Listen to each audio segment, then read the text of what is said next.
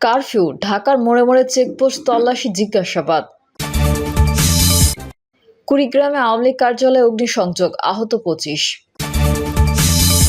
বাগেরহাটে ধাওয়া পাল্টা ধাওয়া, পুলিশ সাংবাদিক সহ আহত ১৫। জানাবো আরও শক্তি দেখাতে চায় আওয়ামী লীগ। সহিংসতা বন্ধের আহ্বান জাতিসংঘ। এবং সর্বশেষ জানাবো গাজীপুরে ভোরেই রাস্তায় নেমেছে শিক্ষার্থীরা। এতক্ষণ শুনছিলেন সংবাদ শিরোনাম, এবারে বিস্তারিত। তবে তার আগে অনুরোধ থাকবে আমাদের চ্যানেলটি সাবস্ক্রাইব করে বেল আইকনটি ক্লিক করুন।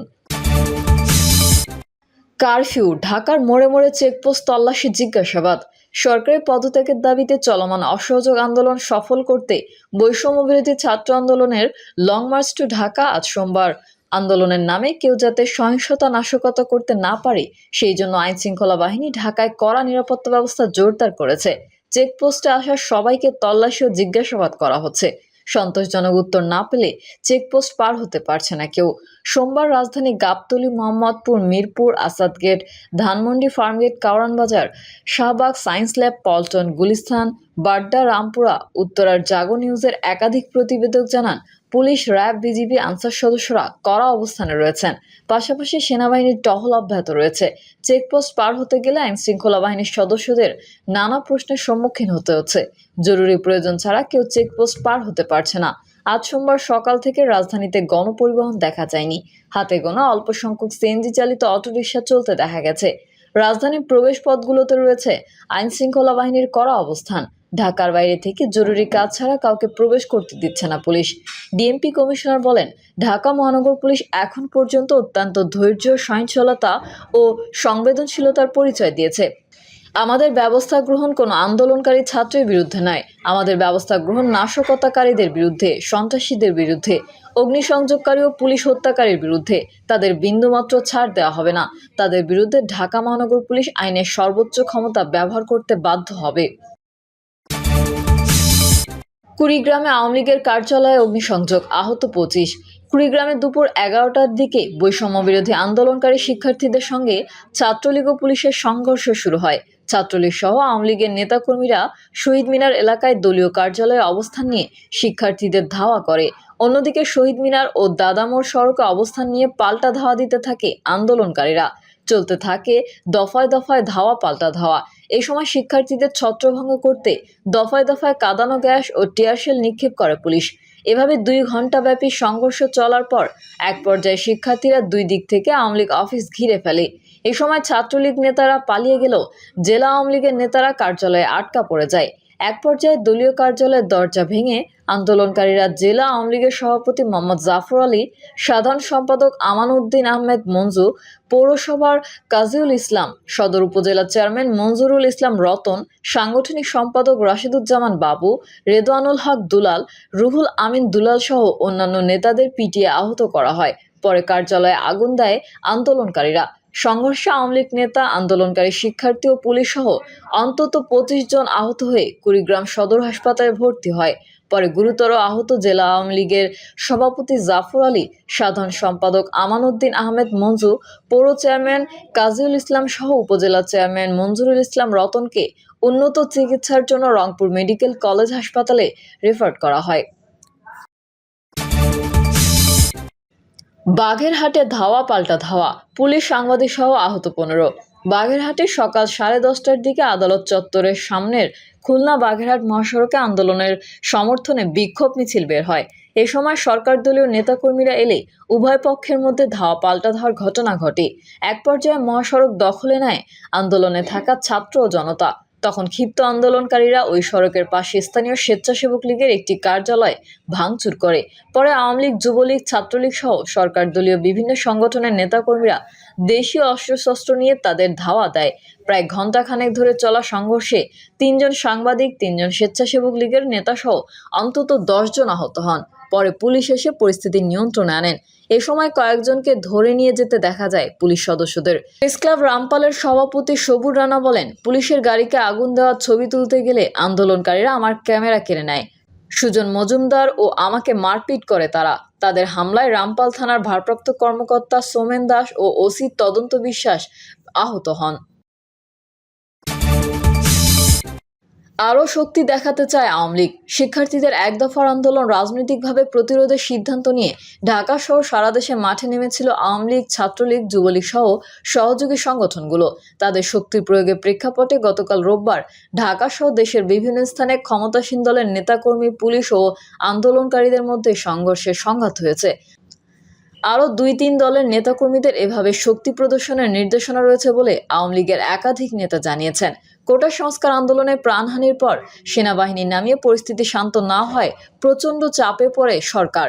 শিক্ষার্থীদের আন্দোলনের ৯ দফা দাবি থেকে গত শনিবার সরকারের পদত্যাগের ১ দফা দাবি ঘোষণা করা হয়। আওয়ামী লীগের সূত্রগুলো বলছে, পরিস্থিতি সামাল দিতে শনিবার আওয়ামী লীগের নীতি নির্ধারণী পর্যায়ের একাধিক বৈঠকে রাজনৈতিক শক্তি প্রয়োগের মাধ্যমে এই আন্দোলন দমনের সিদ্ধান্ত নেওয়া হয়। দলের নির্দেশনা অনুযায়ী শনিবার মধ্যরাতে আওয়ামী লীগ ও সহযোগী সংগঠনগুলোর নেতাকর্মীরা মাঠে নামার প্রস্তুতি নেন। এদিন মধ্যরাতেই ঢাকার অনেক এলাকায় তাদের শক্তির মহড়া দিতে দেখা গেছে। রোববার সকাল থেকে ঢাকা সহ সারা দেশে আওয়ামী লীগ ও সহযোগী সংগঠনের নেতাকর্মীরা আন্দোলন প্রতিরোধে নেমে পড়েন। তাদের হাতে ছিল লাঠিসোঁটা, রামদা সহ নানা রকম দেশীয় অস্ত্র। অনেকের হাতে বিভিন্ন আগ্নেয়াস্ত্র দেখা গেছে। আইনশৃঙ্খলা রক্ষাকারী বাহিনীর পাশ থেকে আন্দোলনকারীদের সঙ্গে তাদের সংঘর্ষে জড়াতে দেখা যায়। আওয়ামী লীগের নীতি নির্ধারণী পর্যায়ের একাধিক নেতা জানিয়েছেন, শনিবার আওয়ামী লীগ সভাপতি প্রধানমন্ত্রী শেখ হাসিনা ১৪ দলীয় জোটের শীর্ষ পর্যায়ের কয়েকজন নেতার সঙ্গে বৈঠক করেছেন।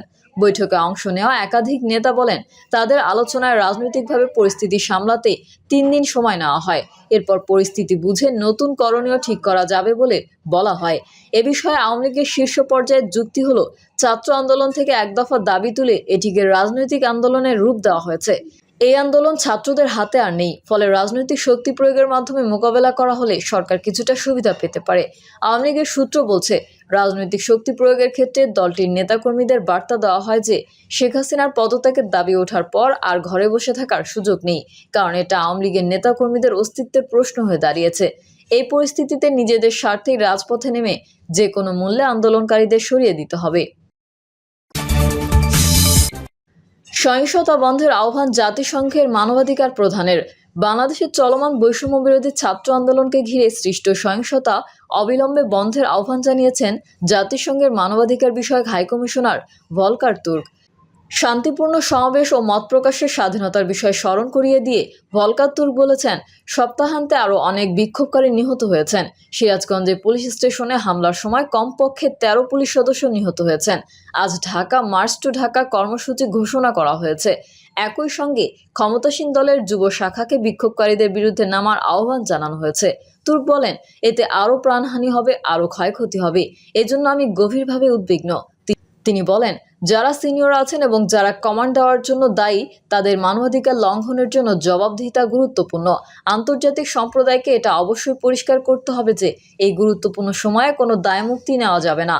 শান্তিপূর্ণ প্রতিবাদ বিক্ষোভে যারা অংশ নিচ্ছেন তাদেরকে টার্গেট করা অবশ্যই বন্ধ করতে হবে সরকারকে।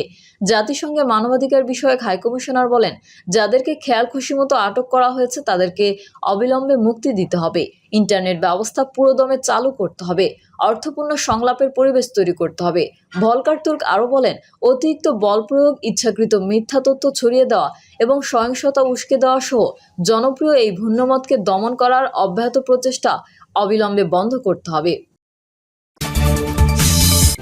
গাজীপুরে ভোরেই রাস্তায় নেমেছে শিক্ষার্থীরা। বৈষম্য বিরোধী ছাত্র আন্দোলনের ডাকে এক দফা দাবির সমর্থনে ভোর ৫টায় রাস্তায় নেমেছে শিক্ষার্থীরা। সোমবার স্থানীয় সরকারি মহিলা কলেজ, কাজী Azimuddin college, Gazipur metropolitan college, রানী বিলাসমণি বয়েজ স্কুল সহ কয়েকটি স্কুল কলেজের শিক্ষার্থীরা ব্লক করে রাস্তা এবং বিভিন্ন দেয়ালে স্লোগান লিখছে।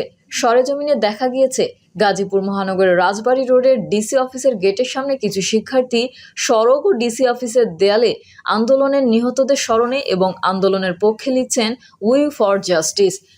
আমার ভাই মারলো কে, দেশ কি তোর বাবার নাকি, যতবার মুখবি ততবার লিখব সহ বিভিন্ন স্লোগান লিখেছেন। গতকাল রোববারও ছিল শিক্ষার্থীদের আন্দোলনে উত্তাল গাজীপুর। অসহযোগ আন্দোলন কর্মসূচি চলাকালে রোববার তারা গাজীপুরের বিভিন্ন এলাকায় বিক্ষোভ, সড়ক অবরোধ, বিজিবি ব্যাটালিয়ন ও থানায় হামলা ভাঙচুর এবং জেলা ও মহানগর আওয়ামী লীগ কার্যালয়ে আগুন দেয় বিক্ষোভকারীরা। শহরে প্রায় সকল মার্কেট ও দোকানপাট বন্ধ ছিল। সড়ক মহাসড়কে চলেনি যানবাহন। সকাল থেকে চন্দনা চৌরাস্তা এবং শহরের শিববাড়ি মোড়ে ছিল আওয়ামী লীগ, ছাত্রলীগ ও যুবলীগের নিয়ন্ত্রণে। পরে দুপুরের দিকে আন্দোলনকারীরা তাদের ধাওয়া দিয়ে চন্দনা চৌরাস্তা এলাকা দখল করে বিক্ষোভ করে। পরে টঙ্গী থেকে হোতাপাড়া পর্যন্ত ঢাকা ময়মনসিংহ মহাসড়কে বিভিন্ন স্থানে আগুন জ্বালিয়ে বিক্ষোভ করে। প্রিয় দর্শক, এই ছিল এখনকার সর্বশেষ সংবাদ। আপডেটের সংবাদ পেতে চ্যানেলটি সাবস্ক্রাইব করে বেল আইকনটি ক্লিক করুন। কমেন্টে আপনার মতামত জানিয়ে আমাদের সাথেই থাকুন। ধন্যবাদ সবাইকে। আল্লাহ হাফেজ।